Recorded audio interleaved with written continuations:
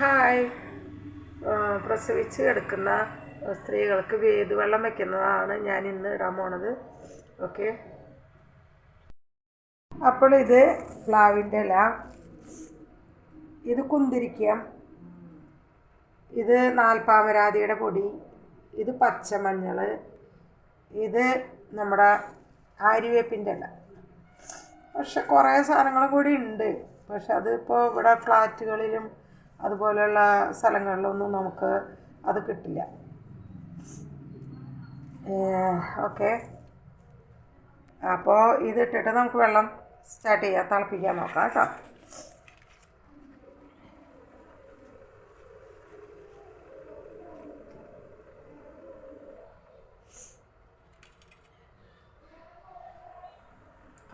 എന്നിട്ട് നമ്മൾ ചെറിയ അരിപ്പ നമ്മൾ അരിപ്പില്ലേ, അരിപ്പ് വെച്ച് അരിച്ചാണ് ബക്കറ്റിലേക്ക് ഒഴിക്കേണ്ടത് കേട്ടോ.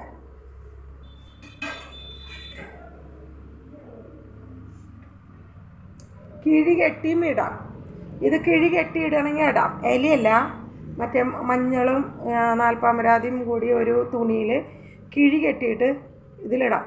പക്ഷെ നമ്മളത് ഞാനിപ്പോൾ അതെങ്ങനെയാണ് എടുക്കണേ, കാരണം നന്നായിട്ട് അതിൻ്റെ സത്ത ഇറങ്ങിയിട്ട് നമുക്കത് ഊറ്റി അരിച്ചെടുത്താലും മതിയല്ലോ. അപ്പോൾ അങ്ങനെയാണ് ചെയ്യണേ. അപ്പോൾ നമ്മുടെ നാൽപ്പാമരാതിയുടെ വെള്ളം തിളച്ച് വന്നിട്ടുണ്ട്. നന്നായിട്ട് വെട്ടി തിളയ്ക്കണം.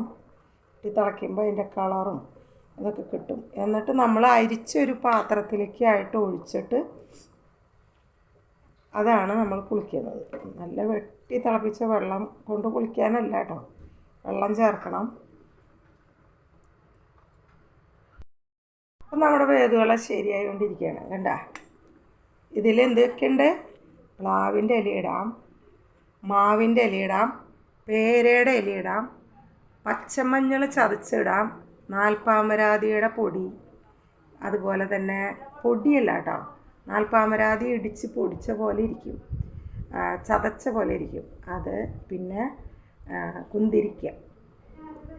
ഇതെല്ലാം ഇട്ടിട്ട് അങ്ങോട്ട് താളച്ചിട്ട് വെട്ടി തിളപ്പിക്കുന്ന വെള്ളമാണ് നമ്മൾ ചൂടാറിയിട്ട് അരിച്ചെടുത്തിട്ട് കുളിക്കുന്നത്. നാട്ടിൻപുറത്തൊക്കെ ആണെങ്കിൽ നമുക്ക് അടുപ്പിൽ തീ കത്തിച്ചിട്ട് വെക്കാം. ഇതിപ്പോൾ നമ്മൾ ഗ്യാസിനെയാണ് വെക്കുന്നത്. ഫ്ലാറ്റ് അതുപോലെയുള്ള സ്ഥലങ്ങളിലൊക്കെ നമുക്കതിലേ പറ്റൂ. അപ്പോൾ എല്ലാം ശരിയായി വന്നിട്ടുണ്ട്. ഇപ്പോൾ നമ്മുടെ ഇതിൽ പേരയുടെ ഇല ഇടാം കേട്ടോ. കുറേ ഇലകളും കൂടി ആഡ് ചെയ്യാൻ പറ്റും, പക്ഷെ നമുക്ക് ഇവിടെ കിട്ടാനില്ല, അതുകൊണ്ടാണ് കേട്ടോ.